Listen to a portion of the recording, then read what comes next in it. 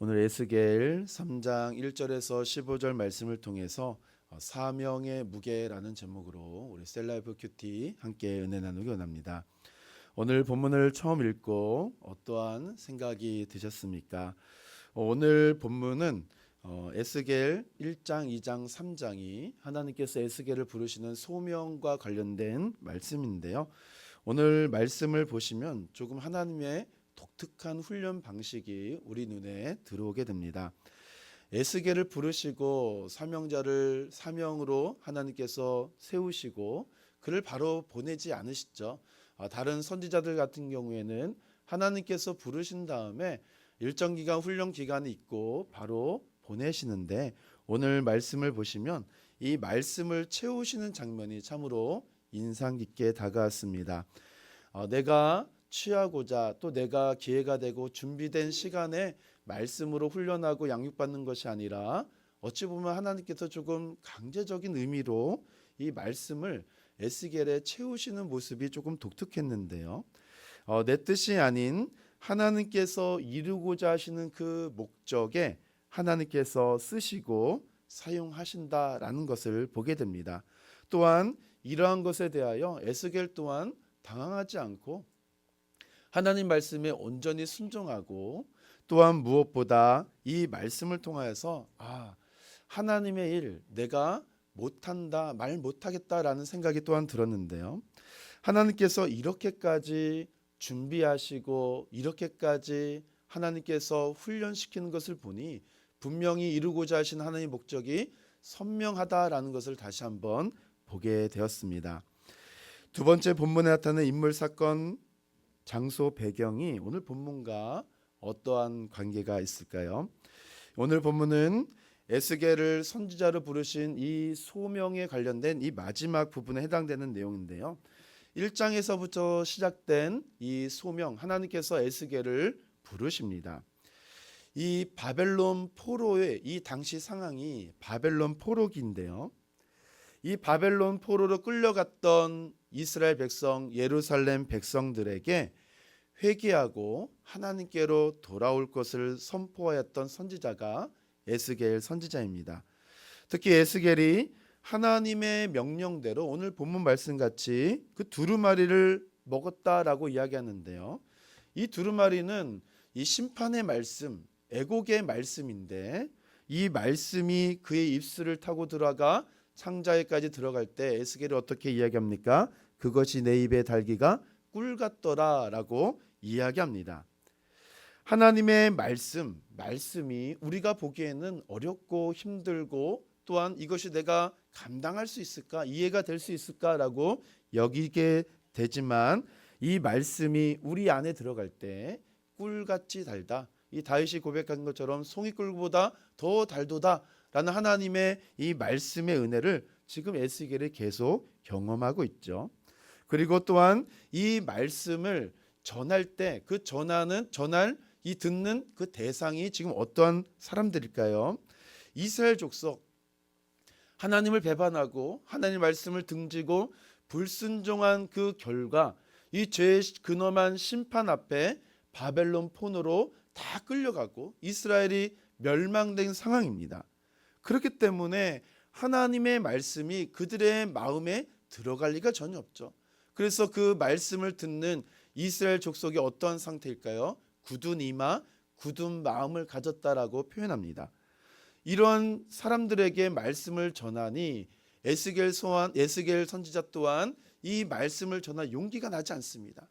그렇기 때문에 하나님 먼저 말씀을 채우시고, 또 하나님 어떻게 하십니까? 독특하시죠.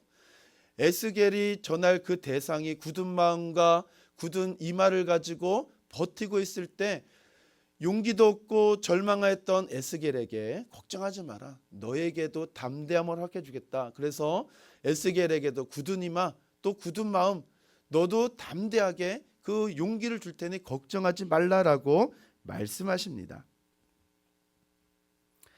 꿀같이 다른 이 두루마리의 말씀을 통하여서 바벨론 포로로 끌려가서 소망 없고 절망하고 낙심하고 모든 것이 끝났다고 여겼던 이스라엘 백성, 그럼에도 하나님은 그들을 포기하지 아니하시고 에스겔을 통하여서 이 모든 것이 끝났다고 여겼던 이 절망의 시대 속에 한낮의 그 희망, 한낮의 소망, 말씀을 통하여 지펴오르는 하나님 나라의 그 영광을 오늘 우리들에게 보여주시는 것입니다.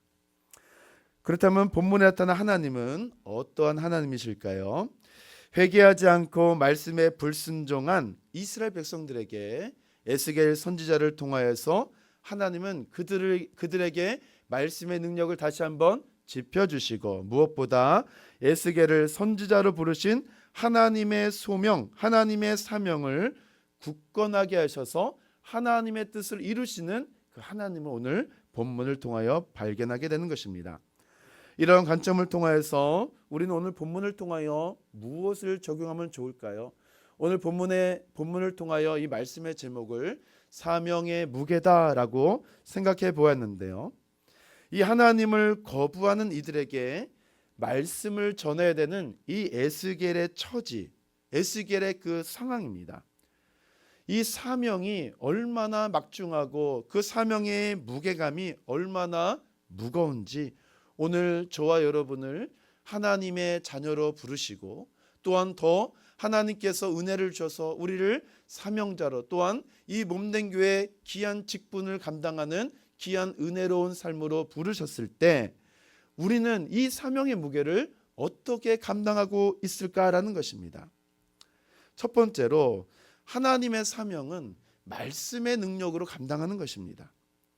이 선지자는 말씀을 전하는 사람인데요, 하나님은 에스겔에게 말씀을 전하기 전에 이 에스겔이 먼저 먹어야 된다라고 말합니다.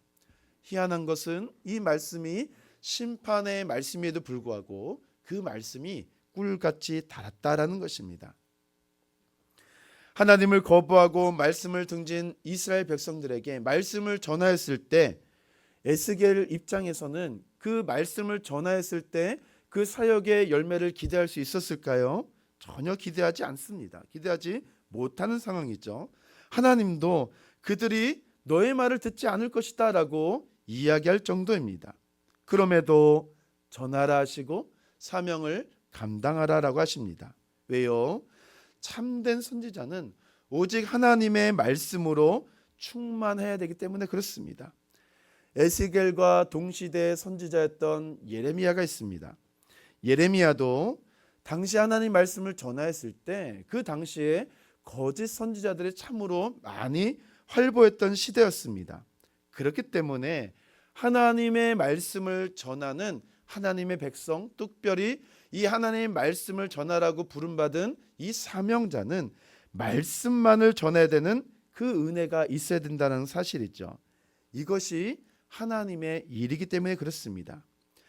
하나님께서는 에스겔을 이 바벨론 포로로 끌려온 이스라엘 백성들에게 말씀을 전하라고 하실 때, 그 사명을 부여하실 때 에스겔에게 무기도 주지 않고 보호 장비도 주지 않았습니다. 도와줄 사람도 따로 세우지 않았습니다. 오직 하나님의 말씀만을 채우셨다라는 사실은 말씀만이 능력이고 말씀만이 가장 강력한 무기이기 때문에 그렇습니다. 우리 안에 얼마나 많은 두려움이 있을까요? 에스겔 같이 이미 하나님께서도 못 박으셨듯이 너가 전해도 듣지 않을 거야, 이미 두려움이고 이미 절망의 상황입니다. 그럼에도 하나님은 에스겔에게 말씀을 먼저 채우심으로 우리의 상황과 우리의 환경은 절망의 상황뿐이지만 말씀의 능력으로 사로잡힌 자들에게 하나님께서는 두려움을 몰아내 주시고 사명을 더욱더 감당할 수 있도록 힘과 능력을 주신다는 것이죠. 두 번째로 하나님의 사명을 받은 사람은 사람을 두려워하지 않습니다. 11절 말씀에 그들이 듣든지 아니 듣든지 그들에게 구하여 이르기를 여호와의 말씀이 이러하다라고 전하라라고 말씀하시죠. 이 포로 생활 이스라엘 백성의 영적 상태가 어떨까요? 굳은 얼굴, 굳은 이마입니다. 하나님을 대적하는 그 상태이죠. 그럼에도 하나님은 전하라, 그들이 듣든지 아니 듣든지 전하라라고 이야기합니다. 우리 사랑하는 성도 여러분, 혹시 성도님 가운데서 지금 에스겔과 같은 경험을 해보신 적이 있으십니까? 우리가 하나님의 말씀을 전하고 또 주의 복음을 전하고 또 교회를 소개하거나 이렇게 하나님의 일을 감당할 때 사람들의 무관심, 냉랭한 태도, 이것을 볼 때마다 나도 모르게 내 입이 굳어지고 내가 이렇게 많은 할 말을 준비했는데 듣는 사람은 반응이 전혀 보이지 않을 때 말이 전혀 나오지 않는 그 상황, 마음이 위축되어 아무 말도 하지 못할 때 이런 경험 있으실 것입니다. 왜 우리가 이럴 때 아무 말도 하지 못할까요? 바로 우리가 우리 안에 있는 지식으로 전하고자 했을 때, 머릿속에 있는 말을 전하고자 했을 때 상대방이 굳은 마음으로 마음을 닫아버리고 귀를 닫아버리고 냉랭한 태도로 있을 때 우리 마음도 또한 위축된다는 사실입니다. 그러나 오늘 우리가 읽은 본문 말씀을 통하여 우리의 삶에 그대로 적용하면은 이럴 때 우리가 당황하지 않을 이유가 있다라는 사실입니다. 우리가 담대하게 주의 복음을 전하고 하나님의 말씀을 전하고 우리 사랑하는 몸된 교회를 담대하게 증거하고 하나님께서 내 삶을 통하여 역사하신 그 은혜로운 삶을 간증하고 자랑할 이유는 하나님께서 그러한 상황이라 할지라도 여전히 우리와 함께 하시고 우리 입술에 하나님의 말씀을 늘 채워주시기 때문에 그렇습니다.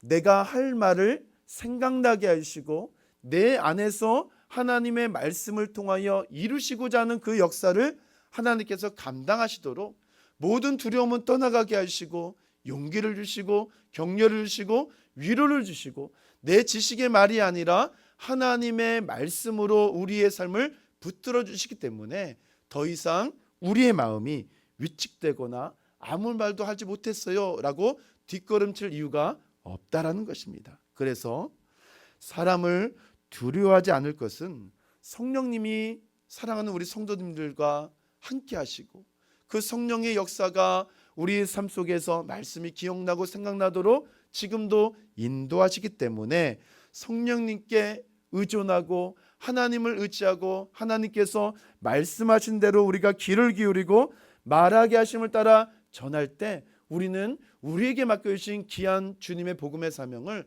우리 모두가 감당할 수 있다라는 것이죠. 사랑하는 성도 여러분, 하나님께서 저와 여러분을 하나님의 자녀 삼아주신 것도 감사한데 우리를 직분자로 사명자로 하나님께서 세워주셨습니다. 그런데 이 귀한 사명이 때로는 부담이 되는 것이 사실이죠. 또 걱정이 되기도 합니다. 보이지 않는 압박도 우리의 삶 속에 있습니다. 왜 이런 마음이 생기겠습니까? 우리도 주의 나라와 주님의 영광을 위하여 또 몸된 교회와 사랑하는 공동체를 위하여 우리가 더 열심히 헌신과 충성을 감당하기를 원하는 마음이 있습니다. 그럼에도 우리의 연약함이 다 있다는 사실입니다. 그 연약함으로 오는 부담감 때문에 걱정이 되기도 하고 위축이 되기도 하고 압박을 받을 때도 있습니다. 그럼에도 하나님은 저와 여러분을 부르신 이유 또 저와 여러분을 부르신 그 목적을 위하여 지금도 어찌 보면 독특한 훈련 방식 에스겔과 같이 하나님의 말씀을 저와 여러분 입술에 넣어주시고 그 말씀이 내 영혼 가득히 채워질 수 있도록 지금도 말씀을 통하여 역사하시고 말씀을 통하여 부르시고 계속적으로 인도하십니다. 이것이 무엇이겠습니까? 나의 힘을 의지하지 말라.